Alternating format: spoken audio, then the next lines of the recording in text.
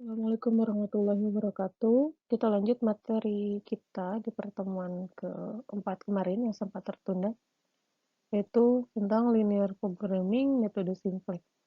Ini materi masih melanjutkan dari pertemuan keempat kemarin ya. Jadi masih gang grafik. Kemarin itu ada contoh satu perusahaan yang membuat dua merek sepatu, yaitu merek yang bawahnya itu yang sol karet dan sol kulit. Tuh.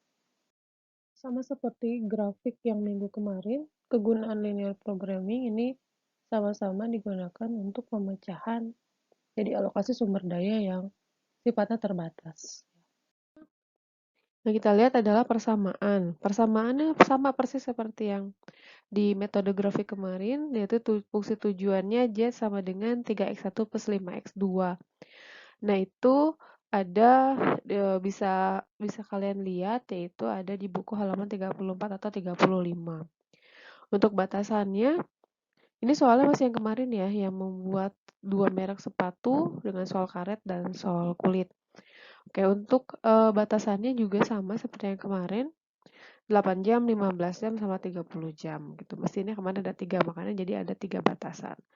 Oke, selanjutnya, langkah-langkah yang harus dikerjakan yaitu kurang lebih ada 7 langkah. Ini kami buat garis besarnya mengenai pengerjaan secara simplex. Ini adalah langkah-langkahnya. Baik, kita langsung saja ke langkah yang Nah, ini untuk Z-nya. Z itu keuntungan yang diperoleh perusahaan. Untuk yang solnya karet itu keuntungan yang diperoleh adalah 30.000 dan untuk yang yang kulit itu ada 50.000. Maka Z sama dengan 3x1 plus 5x2.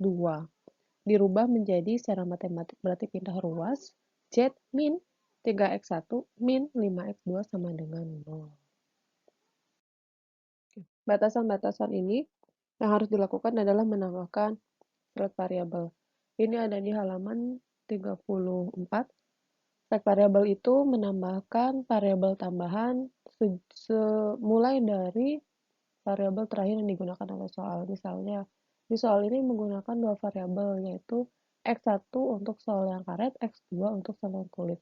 Jadi, untuk batasan yang pertama, itu dimulai dari kita menambahkan X3, karena variabel tadi digunakan dari X2.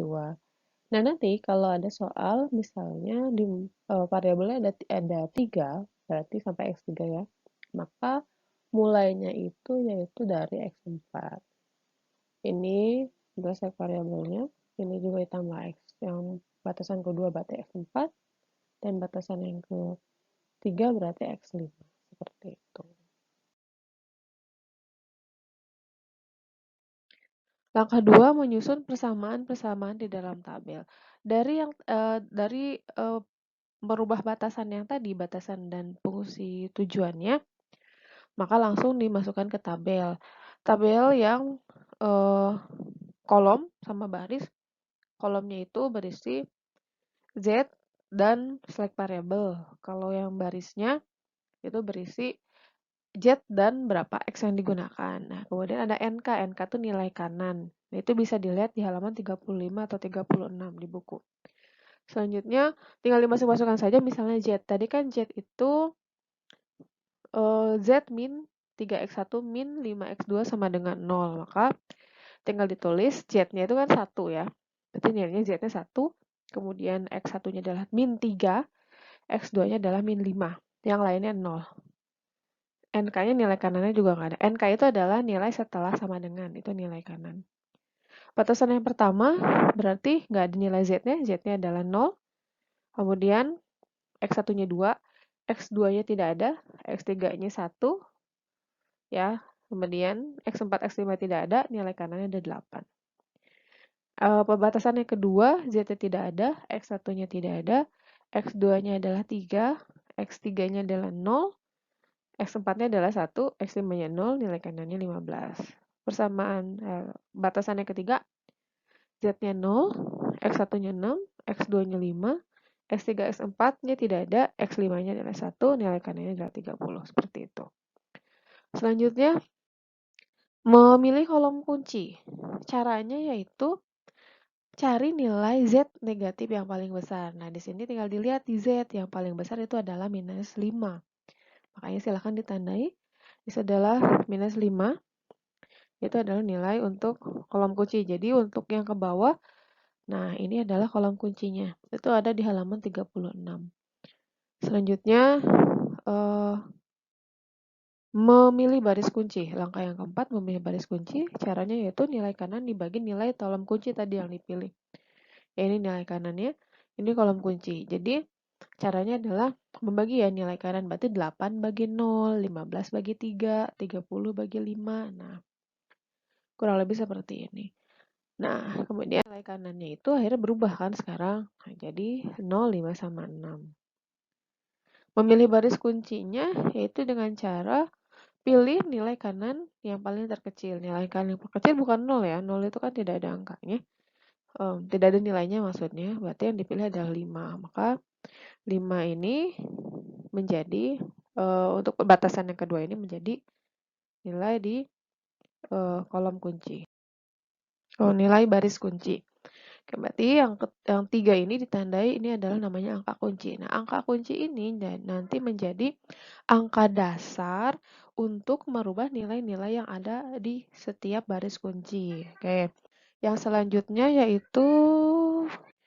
selanjutnya untuk merubah nilai-nilai baris kunci ini adalah dengan membagi nilai-nilai yang ada di baris kunci dengan angka kunci.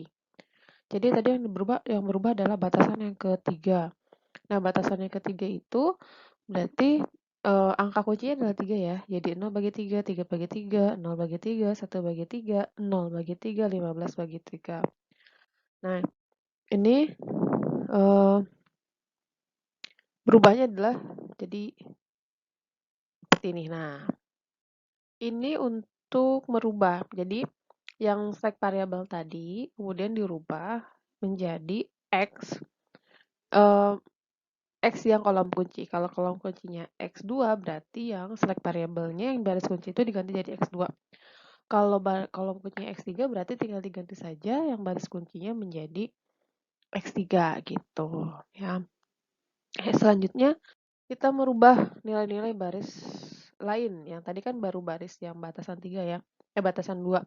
Berarti yang baru batasan 1, batasan 3 dan Z. Yang pertama yang kita ganti adalah baris ke-1 atau baris Z. Cara hitungnya yaitu merubahnya baris baru yaitu baris lama dikurangi koefisien pada kolom kunci dikali nilai baru pada baris kunci. Itu ada di halaman 37 ya.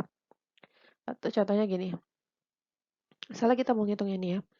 Berarti minus 5 angka kunci ya, atau angka di kolom kuncinya minus 5. Berarti nilai yang 0, 1, 0, 1 per 3, 0 sama 5 itu adalah semuanya negatif. Karena di belakang ini ada negatif ya. Jadi, min 5 dikali min 0.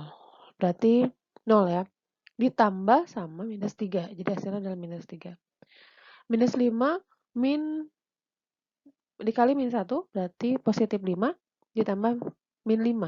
Jadi 0. Kalau 0 mah tidak perlu dihitung. Yang sebelahnya. Kemudian minus 5 min dikali min 1 per 3. Jadi positif 5 per 3. Ini 0 tidak perlu dihitung. Kemudian min 5 kali min 5 positif 25 tambah 0 maka 25. Oke.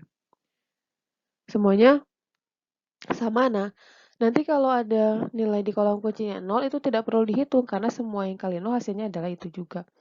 Ya, jadi ini 0 kemudian ditambah sama yang di atas berarti nilainya hasilnya itu juga. Maka ini tidak perlu dihitung lagi, tinggal disalin saja.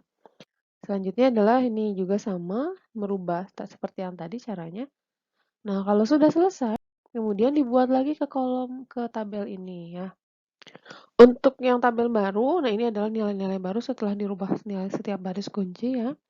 Setelah itu, jadi kalau nilai Z masih ada negatif, berarti harus diulangi lagi mulai dari mencari kolom kunci. Nah, berarti kita ulang lagi.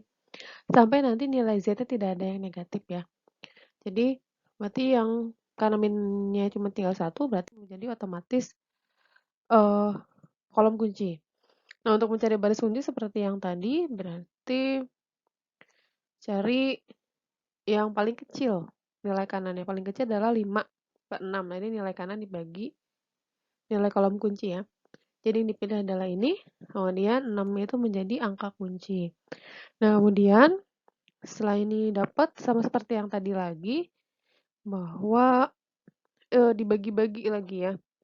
Jadi 0/6, 6/6, 0/6, 0/6, min 5/3/6, 1/6, 5/6. Kemudian nanti hasilnya adalah dapat hasilnya. Nah, jangan lupa ini diganti lagi karena ini yang kolom kuncinya adalah X1, maka yang select variabelnya diganti jadi X1. Selanjutnya ini dirubah seperti yang tadi lagi caranya, tinggal diutak-atik saja secara matematik. Nanti dapat nilainya, nilai yang baru. Nah, ini adalah hasilnya salah perubahan. Nah, Z-nya itu ketemu sama seperti yang grafik kemarin, 27,5. Kemudian eh